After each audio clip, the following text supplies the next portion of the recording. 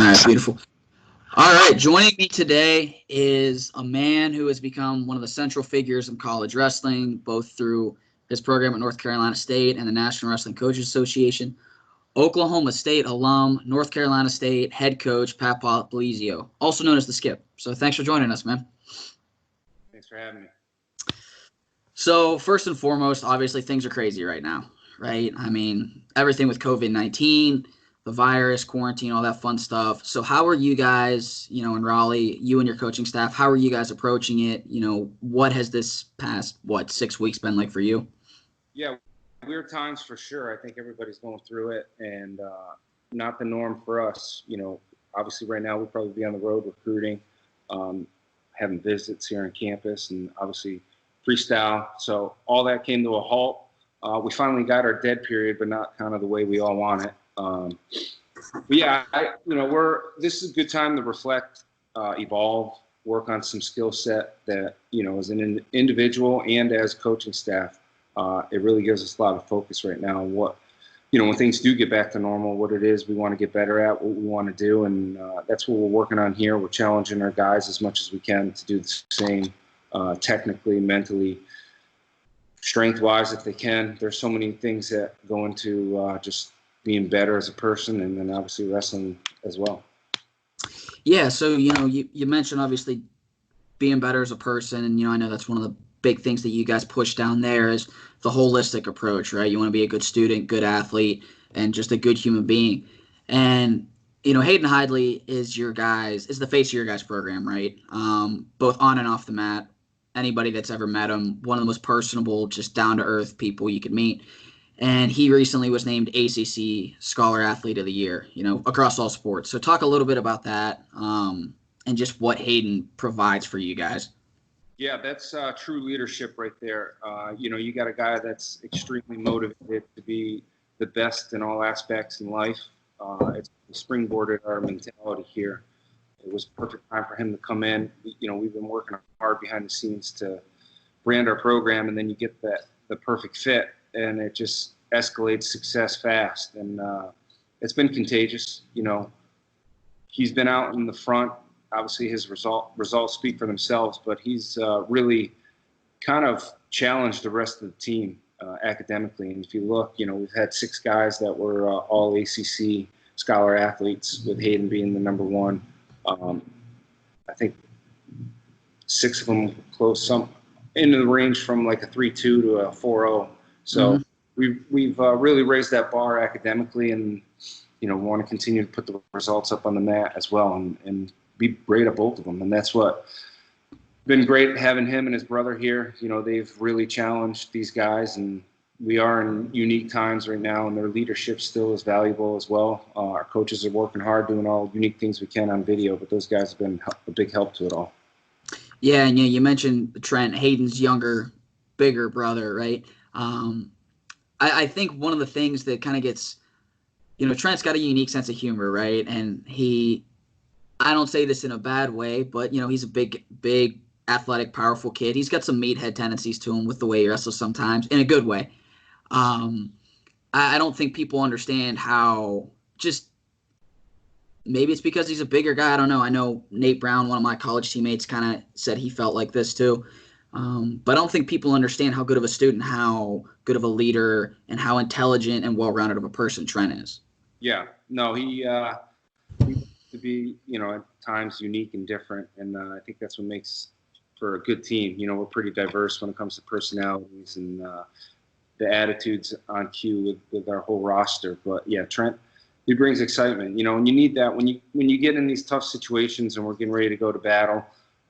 These guys they have the confidence that rises the rest of the group up. And we've been there a few times this past year. We're going into a tough environment or a tough dual meet, and you're looking on paper, we're probably not favored, or it's a big toss-up. And these guys are just cool, calm, and collective, and it's a flip of a switch to go out and compete at a very high level. And that's something that's been a big help for our program this past year.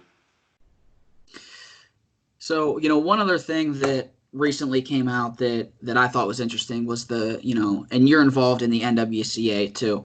The NWCA came out and they named, first, second, third, and I think honorable mention All-Americans. How involved were you in that? And, kind of what was your perspective and your viewpoint on, obviously we didn't get NCAAs this year, incredibly unique situation, something that hasn't been seen since World War II. So, kind of what was that process like and what were your thoughts on that? So I think the important thing is most people don't realize that the NCAA only honors national champs. So Mm-hmm. when it's all said and done, the NWCA comes in and they've historically given it through 1 through 8 because the tournament was wrestled out and those guys finished first, second, third, fourth, all the way down to 8th place. Yep. That made it real easy and real simple to do.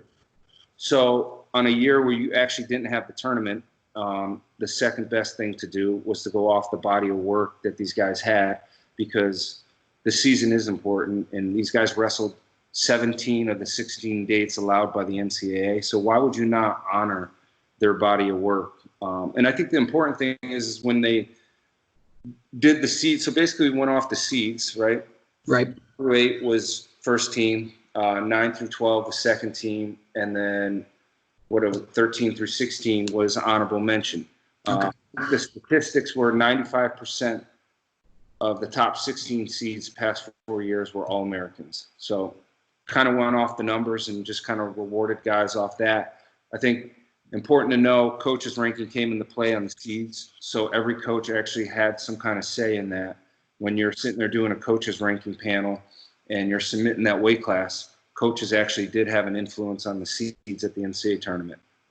It's not it's broken into, I don't know how many different categories, but that's part of it is the coaches ranking, your quality of wins and all that. So that's kind of how that played out. I don't know. I have mixed feelings on it, but at the same time, I think when it goes down, you got to reward these guys. They put it on the line all year, and their wins mattered. You go back and you look at some of these big matches that actually got wrestled out. Why can't we? You're not naming the national champ. We all know that you want to wrestle that tournament and see who the best guy in the country is, but we're just talking. We're honoring guys for their success. All-Americans.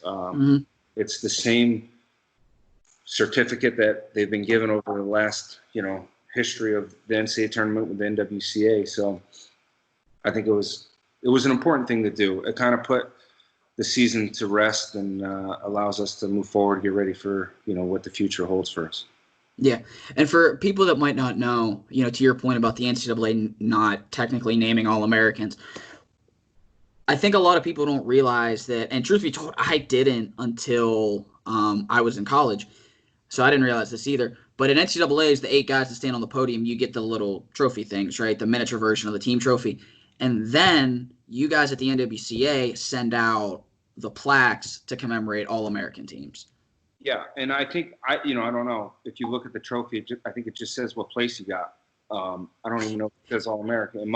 It only says the place. And the only reason I know that is because I looked after Pat Tossi explained this. Yeah, so if you look at that trophy, it just says whatever place you took at the tournament, and then the All-American comes later in the mail. So I think that's an important thing to know. And, I know our sports played out on – that's why I love wrestling, is because you can take away all the talk and say who's better, this guy or that guy. You go out, you wrestle, you execute, you get your results. Well, you look at all the other sports in the country, they're voting on who's an All-American, football, basketball, baseball, you have people voting on you. The way they did the All-American this year, that wasn't a vote. That was a body of work that played out on a system on seeds. It wasn't a committee saying, let's see this guy 1, let's see this guy 2, let's see this guy 3. It was literally a system of formula that a group of people came up with, and you can't be mad at the numbers. It played out the way it was, and hopefully when it's all said and done, everybody feels like they've been recognized for their success during the season. For sure. So let's take it, we touched on where your guys' program is at now with guys like the Hidley brothers. You've got all 10 starters coming back.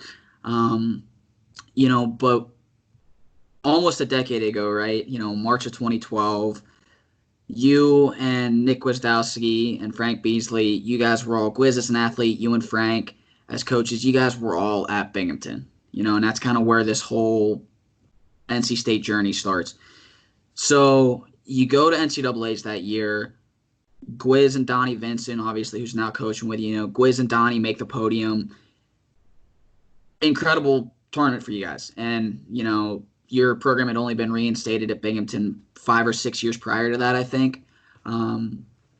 So, just walk us through the emotion and what the process of that NCAA tournament. You've got 2 All-Americans, a true freshman All-American in heavyweight, through the next few weeks of the interview and the transition to NC State and kind of hitting the ground running. Yeah, it was a really weird time, exciting time. Obviously, that tournament was wild. I don't think I've yet been at a tournament where you haven't hit every emotion you possibly can. So that was another one where, Donnie was, I think we just talked about it the other day, but he was either a 3 or 4 seed and loses first round to a kid that he beat all year. And second match, he's wrestling a kid, and he was dead in the water, pinned. He was flat stuck. The ref was literally about to smack the mat. He gets off his back and ends up pinning the kid and wins 8 or 9 matches in a row to finish third, and all of them were bonus points.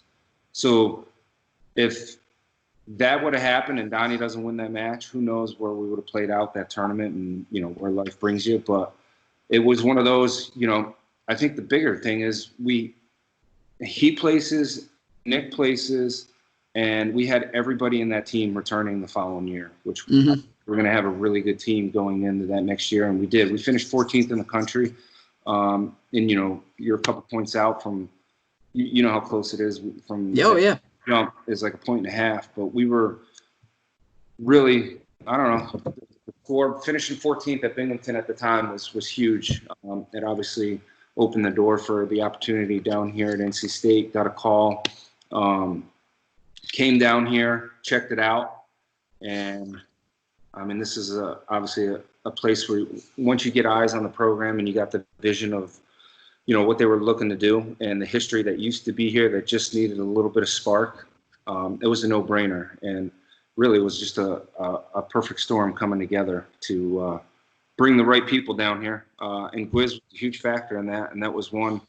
It was just a really weird, awkward time to re-recruit a kid because he goes from being a really good high school recruit to being an All-American at a weight that is hard to do it at as a freshman. And I knew he was going to have a ton of success. And the kid probably hadn't lived more than an hour and a half away from home. Binghamton was, he was a homebody. So convincing him and recruiting him to come down here was really a challenge. And every program in the country was on him after that. And I mean everybody. Anybody that was having success knew that he was a heavyweight that could have an impact on any program. So with Gwiz's story, obviously Bill Cook is a name that, like, to you guys, to your program, to anybody that's met Bill, awesome guy, one of the hardest working people ever. And you mentioned that Nick had never lived very far from home. And, Bill and him obviously were tight from growing up together. Bill was at community college at the time.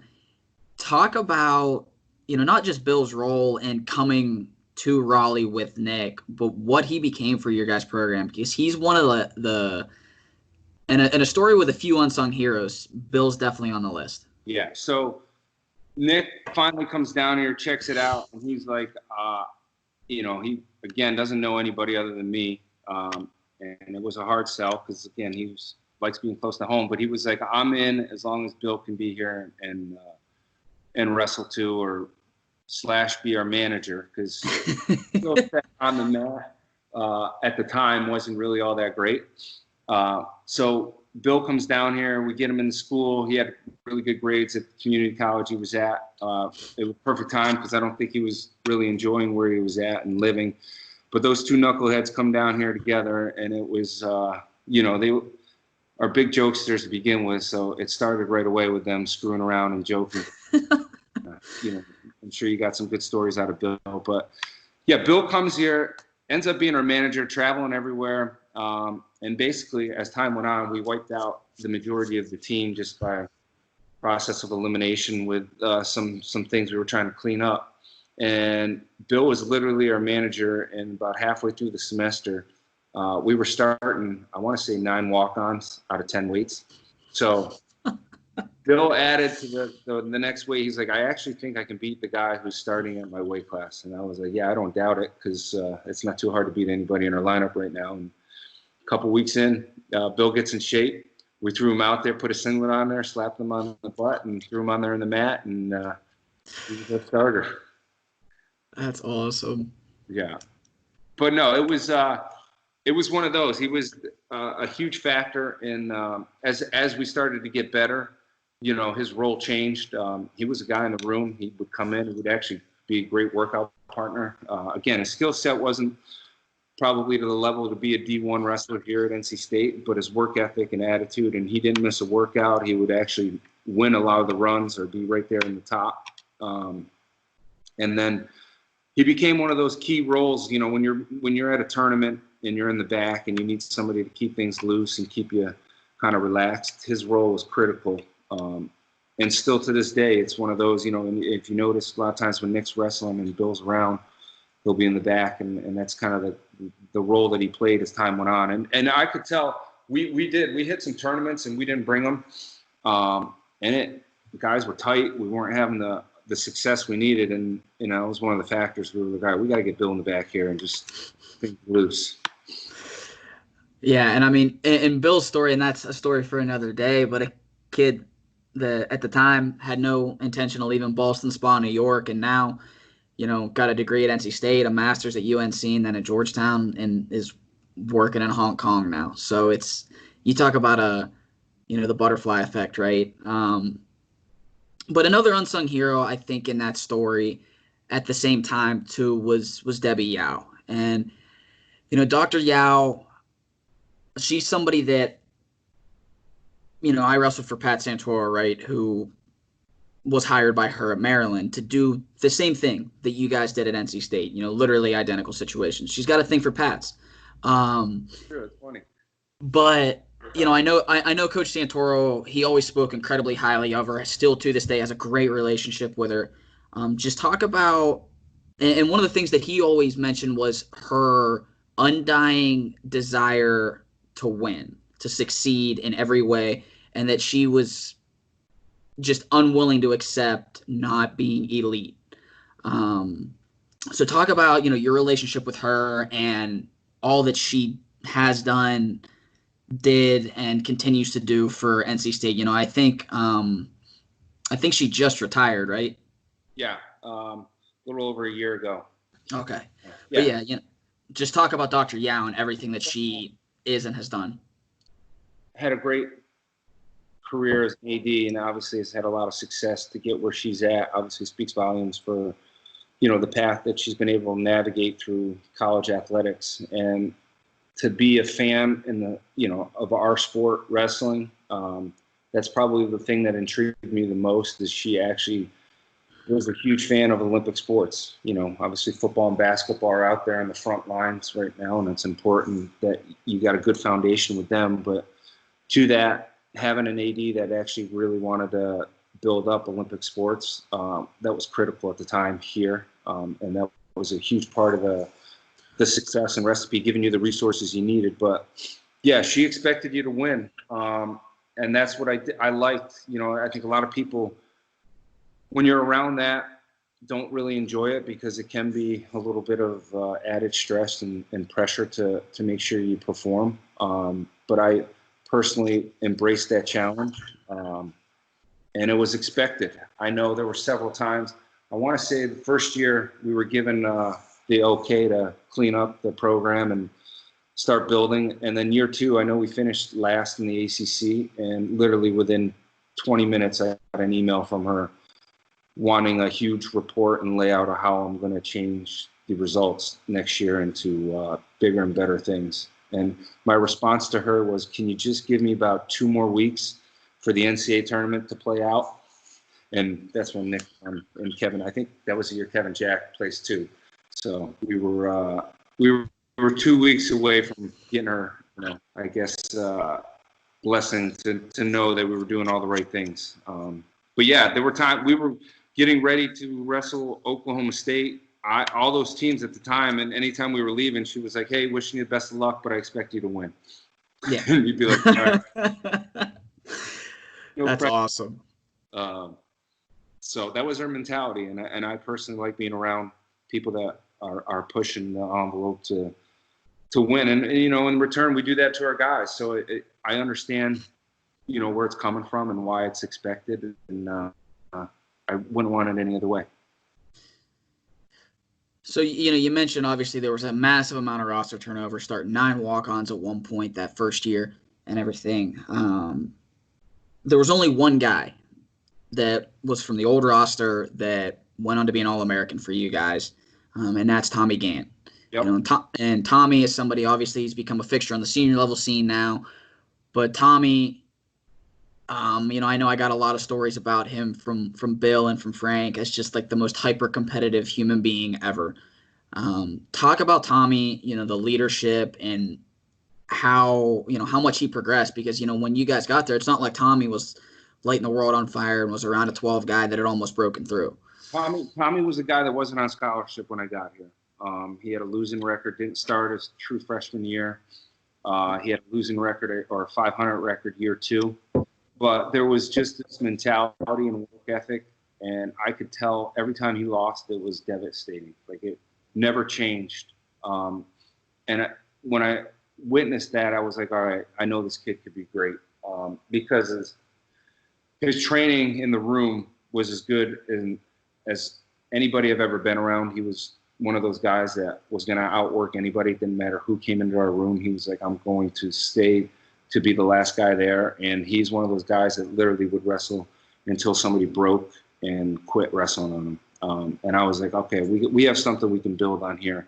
But yeah, he was, more than anything, he, from day one, was willing and able to buy into everything we were asking to do. And I think that was the critical piece for him, is he already had that underneath him. And then now you combine that with, I think, the mentality that we brought here to kind of just surround him with the right group of people as well with training. It just springboarded him to the top, and the technique that he was missing at the time, he developed into being one of the top guys in the country. And, his senior year, he went undefeated. He was the number 2 seed at the NCAA tournament, and he was a great leader for us that year. And we went into some really tough environments, but we had that mentality. It was like a chip on your shoulder, and he started it, and it was contagious with every single other guy into our program. It was just, these were guys that maybe weren't, the blue chip 5-star recruits, minus maybe one guy in our lineup at the time.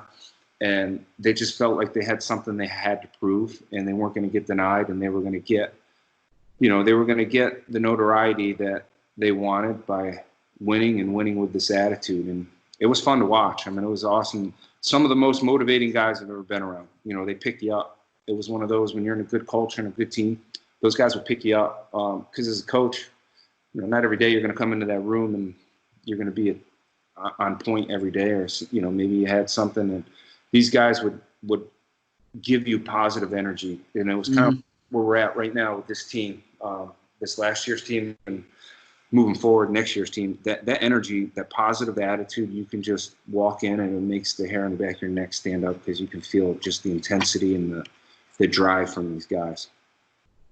So, you mentioned how that team in 2015-16, you guys went like, what was it, like 20-1 or something?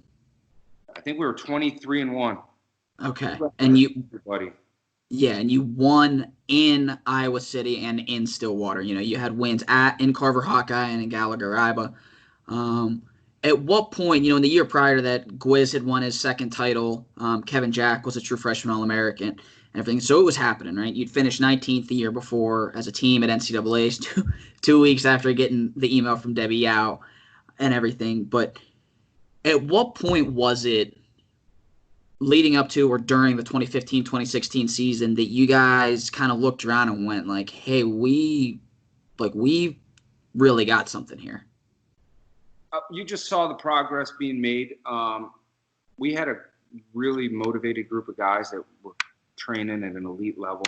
And when I mean elite level, I mean they were just really disciplined. You didn't have to call a kid up and ask him why you're being late, why is this not done, where are you at, how come you missed this? And it was like basically managing these guys as opposed to motivating these guys. They were all self-motivated, so it was more of, you got to remember Machiavelli was in that team too. Just no Mm-hmm. one had knew about him yet. So you got a guy like him coming in through the pipeline that's in our room training, hasn't really developed yet. And then you got all these other guys. Pete Renda's here with talent level that's up high. Kevin was in our room. I mean, it was a right recipe of guys mixed in with the right talent. And it was just, I don't know. There were certain dual meets when we went in there and we just flat out ran through a team. And I was like, I was not expecting it to happen because this team and, the guys that they have and the coaching that they had, and these guys just would show up and not care. Like literally would just be like, I don't care who's in front of me. I don't care what school they're from. I'm going out and I'm going to wrestle hard and do what I need to do to put points on the board. And I was just sometimes sit back and be like, I can't believe that just happened. Like we literally just a really good team like that. And these guys all, and a lot of times there were some times, we got the right calls and some upsets happened. And we had some close battles that, matches we weren't expected to win, we just won. What was unique about that team is every single week somebody new stepped up and would have an upset win of like 20th guy in the country knocks off the number 4 guy in the country, and that was like that's the one match we needed right there to beat that team. So yeah, when we were on, they were a dangerous team. So, moving forward from there, obviously that's Gwizz's senior year. He graduates, Tommy graduates, the guys that were fixtures. And Gwizz was obviously the face at that point, right? A guy that made 3 finals and won 2 titles. Moving forward, one of the things that you always hear coaches talk about when you build a program is you need that recruit. You need those guys, that class that breaks the dam. So moving forward, obviously that's all, you're always trying to recruit elite guys. But when you're building, it takes one guy, one class to break the dam. Post Gwizz, what class or what guy do you point to from a recruiting standpoint that changed things? Obviously Hayden, I think, was a critical part of that. Getting a guy like that, the timing was right. Our success was right on point when we were recruiting him. And I think the mentality that he saw when he came down here mirrored a lot what he was looking for. I think we were a little far for him when it came down to that decision process. We were just a little bit further away than probably he wanted to be, but I think he knew that this was going to be the best place for him to get what he needed academically and athletically, but also be surrounded by people that are going to push him. So yeah, I don't, again, I think our culture is set in a way now where if we continue to get the right type of kid, we're going to develop them and put a very good product on the mat. Yeah, it would be great to go out and get the elite level guy all the time, and one of those that just shows up and can win right away. But they're far and few between to get or that. And so our coaches are out, Donnie, Adam, they're out working extremely hard, looking for that right fit constantly. And I think this past year's recruiting class is as good as any that we've ever brought to NC State, with just the mentality and the motivation and that same type of chip on your shoulder. Like I still have a lot to prove. And that's what I love working with those kind of kids, because it's worked here. It's going to continue to work the way that we run our program. So with Hayden in the lineup, you mentioned Machiavelli, who was a one-time state champ in North Carolina. With those guys as 2 of the big pieces of it, everything at the time kind of came together for you guys in Cleveland in 2018, right? Wrestled a great tournament. You have 2 in the finals, with Hayden finishing second, undefeated on the year to that point as a freshman, and Mock winning a national title. Talk about what bringing home a team trophy, what that did for you guys, and, Mock winning a national title. There's so many storylines to that weekend. Tariq had a coming out party, the whole thing, right? So just talk about that weekend, the emotions of it, and what, again, winning a team trophy did for NC State. Yeah, it was probably the first time ever leaving the NCAA tournament where you felt some kind of satisfaction. Personally, in all the years of going there, it's been one of those where it's just like you never leave there where you're like, wow, this is a good feeling.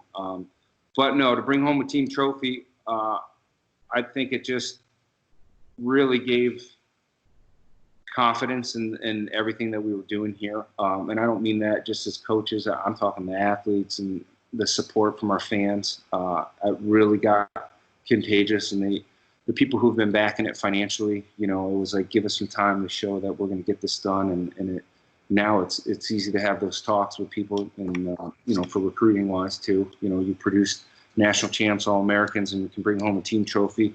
The crazy, scary thing is I think we left a lot of points on the table there that year too. I do think there were two guys that were really close to breaking, actually three guys that were really close to breaking through. And injuries, and every team deals with them, but injuries added to all that. But, I think guys like Sean Foss, Pete Renda, and Boykin were on a path to place too. And obviously they didn't. But there were some critical matches that if they just got that riding point, the riding time or escape at the right time, those guys as well. And who knows where the score goes from there. But that's how that tournament works. And the unexpected always happens at those tournaments. Tariq Wilson finishes third, and the guy who you think is going to place really high obviously gets knocked off and doesn't score any points for you. So it was a fun year to be a part of that, and it was exciting and rewarding for those guys that really committed and put everything, when they buy in, a guy like Pete Renda and Sean Foss who really bought into everything we were doing, and they left here with a team trophy, and they were making that history. I think those are the things that are most rewarding to me. Another guy that bought in, like you mentioned, was Mock, right? Machiavello. Talk a little bit about that. I mean, that dude's journey, from day one to winning a national title and where he's at now on the senior level.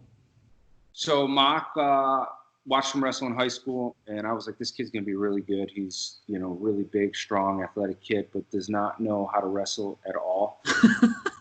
So it was one where we saw a lot of talent and ability, but when you talk to him and the recruiting calls, a lot of times you're stretching to keep a kid on the phone. And anytime I called Mock, I would end up on the phone with him for 30, 40 minutes. And I'm like, we're both going to run through a wall here together. And then when he got here, his work ethic was as good as anybody. And that's, again, it matched with the Tommy Dance and anybody else that I've ever been around that's trying to win at elite level. But what made him special, and this is why he won the title, is he knew he was going to get it done, and he was not going to listen to anybody that would even remotely bring him down. And there were times, every now and then he'd be like, phrases I would catch myself saying to him, and he would make sure he's like, no, I'm going to win a national title. And I'm like, okay, well, let's get better than 500 next year. And how about we start in our team first? He's like, I'm going to win a national title. I don't care if I didn't start last year. And I'm like, all right, you're crazy. But Mock's story, he didn't start here his freshman year. He got beat off in a wrestle off. Actually, it might have been year 2. He started one year, and then I forget how it played out, but I know one year he got beat off our team. Lost in a wrestle off to Nikki Hall, redshirted, then finished round of 12. And that match was against, I think it was Foster, right? The 84-pounder that won it up to 97. So, round of 12, he lost that match. And honestly, I think that changed the game for him. He was like, I am not ever losing in this tournament ever again. He redshirted. He was on a war path. And it was a great training situation for him, having Pete Renda here, Tommy Gant, Timmy McCall was in our room. Obviously, Wiz was a little big for him at the time, but those workout partners really pushed him. And technically, he studied and made huge gains. And next year he goes out. He lost twice to the same kid. And when coming down in the NCAA finals, he's like, I'm not losing ever again to this guy. And he beats him in the NCAA finals. And his mind was so determined and mentally tough. That's why he won a national title. It was obviously his work ethic and everything that fell behind it, but he worked so hard on his mind. And I think that's the biggest thing right now that we try to show guys is that mind is so powerful, and the guys that are willing to do it really make those gains. A lot of guys are focused in on the technique, conditioning, but that's one thing Mock did as good as anybody, and he's doing it right now. Got a lot of guys are counting him out this coming year, and the good thing with him is he knows what he needs to do, and his belief is so strong that it's going to be fun to watch him. Mm-hmm. Moving forward from the team trophy and everything, so the next step obviously is climbing that ladder, right? It's hard to get better than fourth, but that's the goal, and I know you guys, you're trying to win a national title as a team. What have, these last couple of years been like, and, what does your vision look like for how you take that next step, how you take that final step? Yeah, we know we got to get better as coaches. We've worked extremely hard to create an awesome atmosphere here to wrestle. So when kids are looking around the country, and obviously their school's doing a great job when they're having a dual meet and you're packing, how many people that arena can hold. That's one thing we've worked hard here to do is build our fan base. But we got a really good support system across the board, from strength and conditioning, nutrition, academics, our RT season play right now. There's just so many variables that go into it behind the scenes when it comes to resources.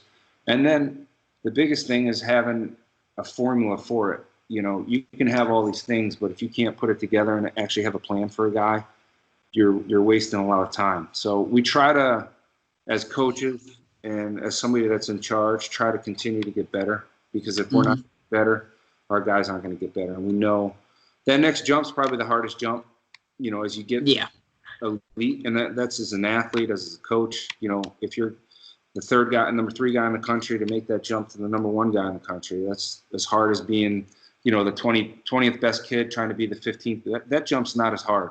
Get to the elite level, the competition, the coaching, just the competitive nature that we're in is elite. So we have to embrace that challenge, and we gotta get smarter, sharper, and we're doing a good job of it. We try to do things unique. It's not just all technique. I think there's some strategy behind it, and obviously recruiting's critical. And this is an awesome place to live. That's the thing. And it's just time to see wrestling evolve. One thing here is kids can come here and create history, as opposed to going somewhere and just following the footsteps of somebody that's already done it. And that's what we're looking for, is guys that want to be a part of that. And there's great coaches out there across the country, and obviously great degrees and whatnot. So we just got to keep finding the kids that want to be down here in an awesome place to live, and now becoming a really cool atmosphere. Yeah, and one of the things you mentioned in there was all the stuff that goes on behind the scenes, the number of people that don't get credit publicly or don't get seen publicly because they don't take the mat and they don't sit in the corner, right? One of those people for you guys for a while there was Melissa Simmons, who was your director of operations, and she's since moved on to Oklahoma women's gymnastics. But, I know that Melissa did a lot of things that made your guys' lives a lot easier, and she took care of a lot of things.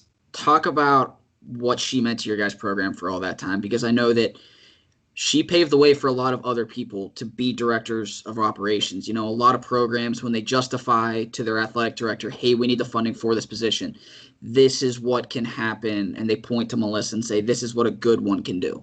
Yeah, absolutely. She was as good as anybody that you could ever find for that role. You guys called her Team Mom, which I think for all. It was just a perfect fit. I mean, her personality to manage with, in our sport, it's obviously all males, but she took no crap from anybody. So instantly, she gained the respect of everybody on our team. And then once guys got to know her, they were more comfortable probably talking to her about things than they were probably some of the coaches. She just had that personality, and she was on top of that. She was a good people person, organized. It was everything that we needed to help us stay where we had to go.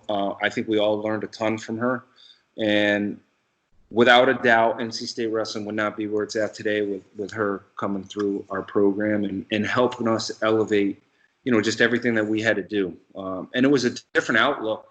She knew wrestling because obviously she wrestled, but it was just a totally different outlook having somebody like that in that role that really wasn't here to get on the mat and wrestle, and allowed us to put more energy and focused in on the development of the guys, while she could take care of a lot of the legwork, day-to-day task, and she was phenomenal at it. And it's one of those, you never can replace somebody like that. You just got to evolve and adjust and adapt. But yeah, we learned a ton from her time, and she's definitely left her mark here at NC State. People miss her dearly. So I think all these things you describe really embody what a lot of us view as pack mentality, right? Pack mentality is the hashtag you guys created way back when this whole thing started. To you, when you put pack mentality on something, obviously you guys have done an incredible job of branding, and I'm sure that's been super important. You can see the posters in the background of your shot. You guys do such a good job of that.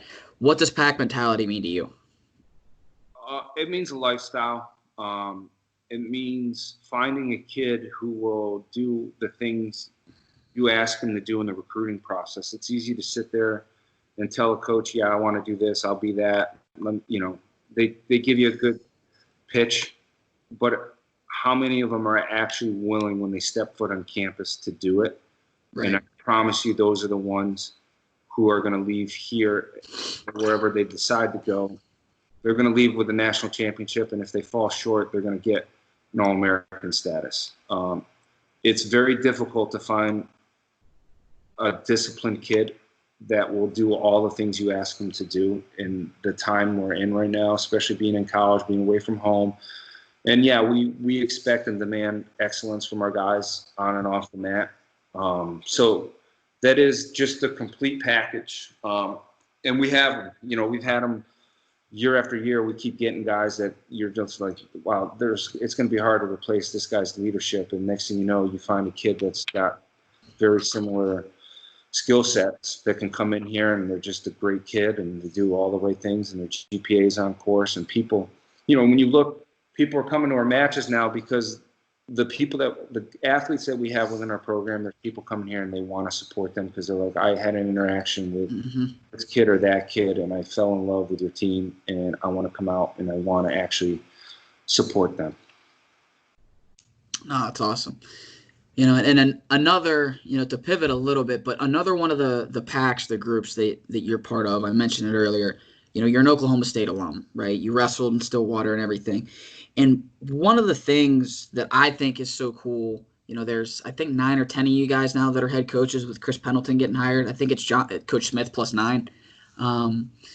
You guys pretty regularly meet up when you're all in a place like the Scuffle or NCAAs and stuff like that. You guys seem, first of all, there's a ton of you. When you think about there's 77 Division I programs, 76, whatever it is, and there's 10 of the programs are headed by Oklahoma State alum. But what did you learn in your time in Stillwater?